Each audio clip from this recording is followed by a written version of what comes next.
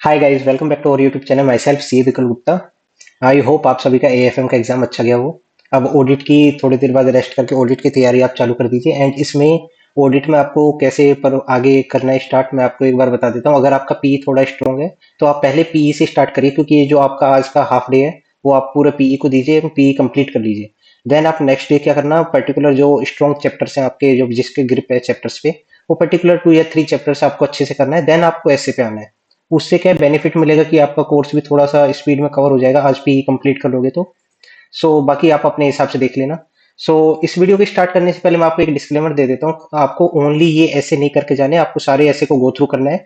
इस ऐसे में मैं इस वीडियो में मेनली जो मैं पर्टिकुलर कॉन्सेप्ट्स बता रहा हूँ पर्टिकुलर ऐसे के, वो इंपॉर्टेंट है। आपको उस कॉन्सेप्ट्स को तो लर्न करके जाना ही जाना है। बाकी बाकी जो कॉन्सेप्ट्स है उनको भी अच्छे से गो थ्रू करना है, क्योंकि एमसीक्यू में कुछ भी पूछ सकता है। ये जस्ट आपको डिस्क्रिप्टिव पोर्शन के लिए मैं बता रहा हूँ।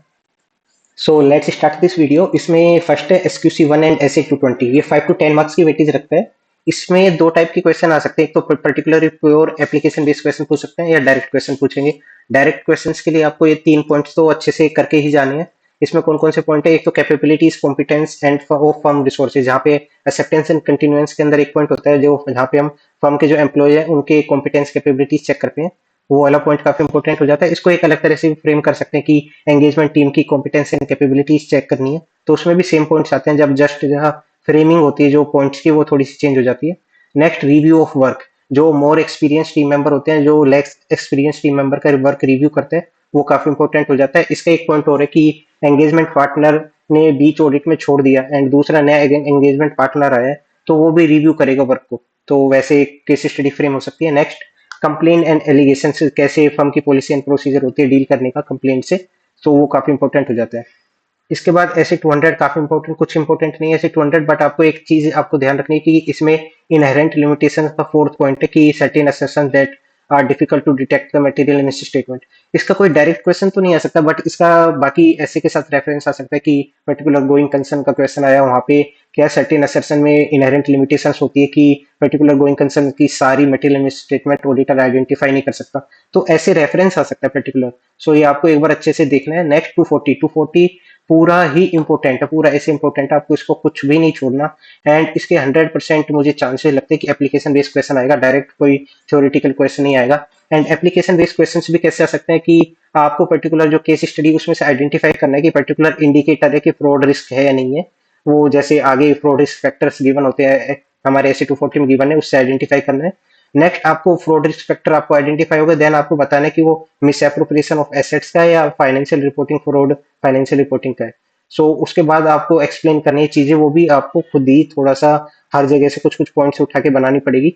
पूरा एप्लीकेशन बेस्ड क्वेश्चन आने के चांसेस हैं। एंड इसके साथ साथ इसकी कहाँ पे रिपोर्टिंग हो सकती है उसका भी क्वेश्चन आ सकता है कि लाइक पर्टिकुलरली 143.12 का साथ में रेफरेंस आ सकता है, प्लस में कारो का रेफरेंस आ सकता है। तो इसका पूरा एक बड़ा सा अच्छा सा एप्लीकेशन बेस्ड क्वेश्चन बन सकता है, यानी काफी इंपॉर्टेंट है। इसको तो करके ही जाना है। नेक्स्ट है ऐसे 250। ऐसे 250 का भी कम एक एप्लीकेशन बेस्ड क्वेश्चन आने के चांसेस है, एंड ये काफी इंपॉर्टेंट है, इसको पूरा ही करना है वैसे तो।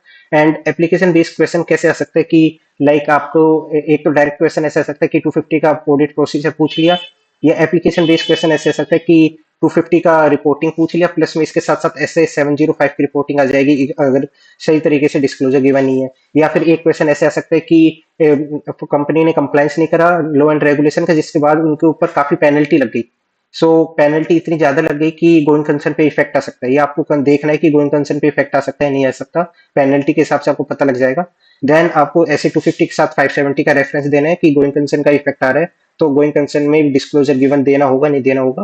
प्लस में आपको इम्प्लीकेशन देखने पड़ेंगे इसके साथ साथ कि गोइंग कंसर्न में डिस्क्लोजर दिया है तो क्या इम्प्लीकेशन होंगे, नहीं दिया तो क्या मॉडिफिकेशन होगा ओपिनियन। ये आपका फुल एप्लीकेशन बेस्ड क्वेश्चन आ सकता है। नेक्स्ट, ऐसे 260 का मेनली बाकी चीजें तो इतनी इंपॉर्टेंट नहीं है, बट ये सिग्निफिकेंट फाइंडिंग्स फ्रॉम ऑडिट का डायरेक्ट क्वेश्चन आ सकता है। यहाँ पे इंक्लूडिंग जो सिग्निफिकेंट डिफिकल्टीज एनकाउंटर होती है ऑडिटर को, उसका भी एक डायरेक्ट क्वेश्चन आ सकता है।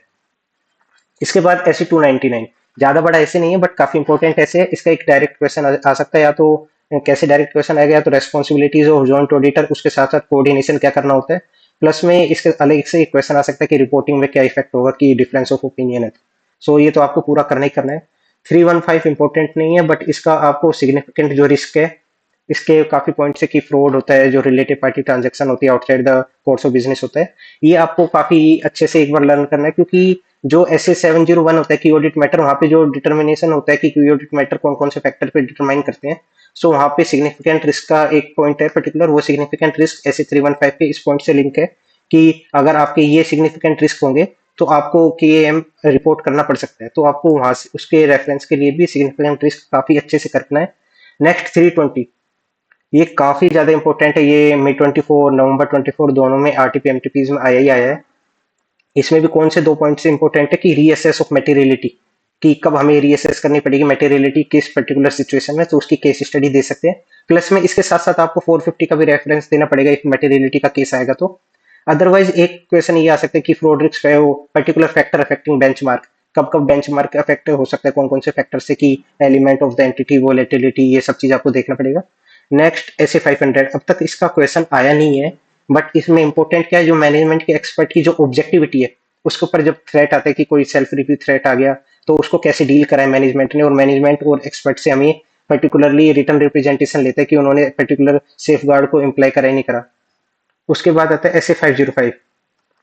SA 505 का भी एक डायरेक्ट क्वेश्चन आ सकता है, प्लस में एक एप्लीकेशन बेस्ड क्वेश्चन आने के चांसेस है। वो भी कैसे कि मैनेजमेंट ने रिफ्यूज कर दिया कि पर्टिकुलरली एप्लीकेशन एक्सटर्नल कंफर्मेशन देने के लिए।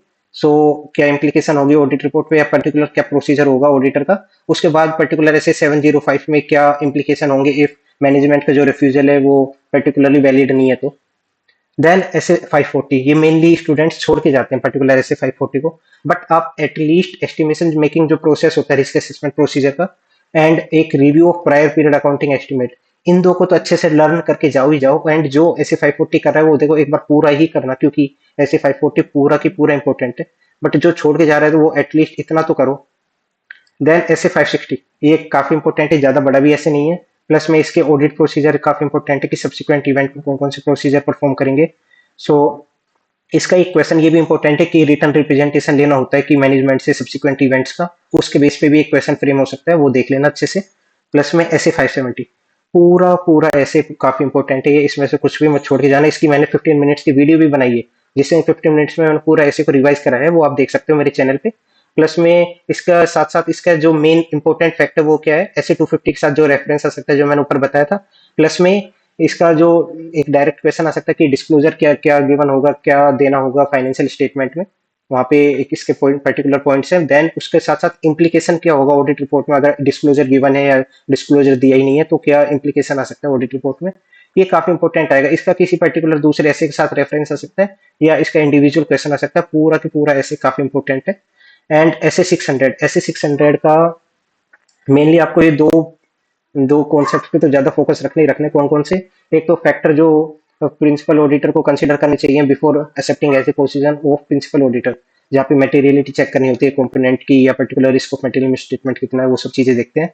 देन ये ऑडिट प्रोसीजर क्या होगा, प्रिंसिपल ऑडिटर जो परफॉर्म करेगा कंपोनेंट ऑडिटर पे, कि वो विजिट भी कर सकता है, पर्टिकुलर कोऑर्डिनेशन क्या होगा कंपोनेंट ऑडिटर से, वो आपको एक बार अच्छे से देखना है। देन 610 में आपको एक तो जो इवेल्युएशन करते हैं हम इंटरनल ऑडिट ऑडिट फंक्शन पे, जो इवेल्युएट करके रखते हैं कि कैसे ऑर्गेनाइजेशन का स्टेटस का ऑब्जेक्टिविटी अचीव हो रही नहीं हो रही, वो सब चीज आपको देखना है। सेकंड, जो डायरेक्ट असिस्टेंस के रिलेटेड पॉइंट है वो काफी ज्यादा इंपॉर्टेंट है। इसमें भी आपके दो पॉइंट्स बन सकते हैं, दो क्वेश्चन आ सकते हैं, कौन कौन से, एक तो जो फैक्टर जो हमें कंसीडर करना चाहिए कि डायरेक्ट असिस्टेंस यूज करनी चाहिए नहीं करनी चाहिए, एंड एक पॉइंट की कहाँ कहाँ पे हम डायरेक्ट असिस्टेंस यूज नहीं कर सकते, सिग्निफिकेंट रिस्क हो जहाँ पे, वो सब चीज आपको अच्छे से देखना है। एंड 620 तो पूरे ही चैप्टर इंपॉर्टेंट है, बट इसमें भी आपको एक वो पॉइंट आपको ज्यादा फोकस रखना है कि ऑडिटर का जो एक्सपर्ट है उसको हम ऑडिट रिपोर्ट में उसका रेफरेंस दे या ना दे, तो वो काफी इंपॉर्टेंट है। एंड 700 सीरीज, ये तो पूरी ही सारी सीरीज इंपॉर्टेंट है, इसमें आप कुछ भी नहीं छोड़ सकते। प्लस में इसमें देखो स्पेशल तो आता है 705, उसका एक क्वेश्चन तो कंपलसरी ड्राफ्ट एंड ओपिनियन, वो तो या तो पर्टिकुलर किसी और ऐसे के साथ रेफरेंस के साथ आ सकता है कि एक्सटर्नल इंफॉर्मेशन मैनेजमेंट ने रिफ्यूज कर दी तो उसका क्या ओपिनियन होगा, उसको ड्राफ्ट करिए, या पर्टिकुलर एक डायरेक्ट क्वेश्चन आ सकता है। इसमें डायरेक्ट ऐसे नहीं बोले जाएगा कि आपको मटेरियलिटी दे दी, परवेसिवनेस दे दिया तो आपको ओपिनियन फ्रेम करना है, ऐसे नहीं, केस स्टडी से आपको आइडेंटिफाई करना पड़ेगा कि पर्टिकुलर केस स्टडी क्या कहती है और कौन सा ओपिनियन जाएगा। एंड इसका जो आपका ड्राफ्ट होगा ओपिनियन को एक बार प्लीज अच्छे से कर जाइए, 5 मार्क्स का क्वेश्चन है, आपको अगर ओपिनियन अच्छे से आइडेंटिफाई हो गया तो आपके इजीली 3 to 4 मार्क्स मिल जाते हैं, अगर ओपिनियन आपने ड्राफ्ट कर दिया तो अच्छे से। तीन ही तो है, qualified, adverse and disclaimer of opinion. अच्छे से एक बार ड्राफ्ट क्या होता है वो अच्छे से देख लेना। प्लस में एस 720, ये इसका एक पॉइंट काफी इंपॉर्टेंट है कि ऑडिटर ने जब कंक्लूड कर दिया कि अदर जो भी इंफॉर्मेशन है उसमें मटेरियल में स्टेटमेंट है, तो ऑडिटर का क्या क्या प्रोसीजर होता है वो काफी इंपॉर्टेंट है, एक बार आपको वो अच्छे से देख के जाना है। देन एस 800 सीरीज तो इंपॉर्टेंट, 5 to 10 मार्क्स का क्वेश्चन आते ही आते हैं। प्लस इसमें एस 800 सीरीज में क्या इंपॉर्टेंट है, एक तो consideration of planning and performing of audit, ये काफी इंपॉर्टेंट है। 805 में क्या, 805 में मेनली 805 एंड 810 का हमारा जो ओपिनियन होता है वो ज्यादा इंपॉर्टेंट है, ओपिनियन वाले पॉइंट्स। कौन कौन से, 805 में तो determine the effect of single financial statement in case of audit report में मॉडिफाइड ओपिनियन दे दिया तो सिंगल फाइनेंशियल स्टेटमेंट में क्या इफेक्ट आएगा, वो वाले पॉइंट्स काफी इंपॉर्टेंट है। सेकंड, ऑडिटर जो समरी फाइनेंशियल स्टेटमेंट है उसमें ओपिनियन क्या ड्राफ्ट करेगा अगर ऑडिट रिपोर्ट में चेंजेस है तो उसके बेस पे केस स्टडी फ्रेम हो सकती है। इस ऐसे के बाद आता है कारो। कारो काफी इंपॉर्टेंट है। कारो प्लस में जो ये हमारे रिपोर्टिंग ऑब्जेक्टिव होती है जो 143(3) और 143(12), ये इन तीनों का मिलके 1 6 to 8 मार्क का क्वेश्चन तो कंफर्म आते ही आते हैं। इसका या तो कारो के 2 क्वेश्चन आ जाते हैं डिस्क्रिप्टिव में, या एक क्वेश्चन बाकी 2 या 3 एमसीक्यू आ जाते हैं। एंड काफी इंपॉर्टेंट है एंड काफी इजी भी है। अगर आपने कारो अच्छे से कर लिया ना, कारो के सिर्फ पॉइंट्स याद नहीं करने कि आपको सिर्फ क्लोजेस याद कर लिए, उसके अंदर के पॉइंट्स को अच्छे से डिटेल पढ़ना है, क्योंकि अगर एमसीक्यू आ गया तो उसके ऊपर प्रैक्टिकल एमसीक्यू पूछा जाएगा, तो काफी डिटेल आपको पढ़ना है। प्लस में 143(3) पे एक एमसीक्यू फ्रेम हो सकता है कि रिपोर्टिंग होगी या नहीं होगी, आपको पर्टिकुलर पता होना चाहिए इसके अंदर कौन कौन से पॉइंट आते हैं। प्लस में 143(12) का या तो 240 के साथ रेफरेंस आ सकता है या पर्टिकुलर कारो के साथ रेफरेंस आ सकता है, ये आपको एक बार अच्छे से करना है। 6 to 8 मार्क्स से इजीली मिल जाएंगे अगर आपने अच्छे से कर लिया तो कारो। नेक्स्ट आता है प्रोफेशनल एथिक्स। इसमें देखो वैसे तो प्रोफेशनल एथिक्स पूरा ही इंपॉर्टेंट है, अगर आप आज करोगे ना प्रोफेशनल एथिक्स तो पूरा ही करना। इसमें मैंने एक वीडियो भी बनाई हुई ट्रिकी पॉइंट्स की, पहले वो देख लेना, मतलब आपको नोट्स रिवाइज करने के बाद वो ट्रिकी पॉइंट्स की वीडियो जरूर जरूर देख लेना। उसमें मैंने 25 मिनट्स में सारे ट्रिकी पॉइंट्स कवर करे, सो उससे आपको बेनिफिट मिलेगा।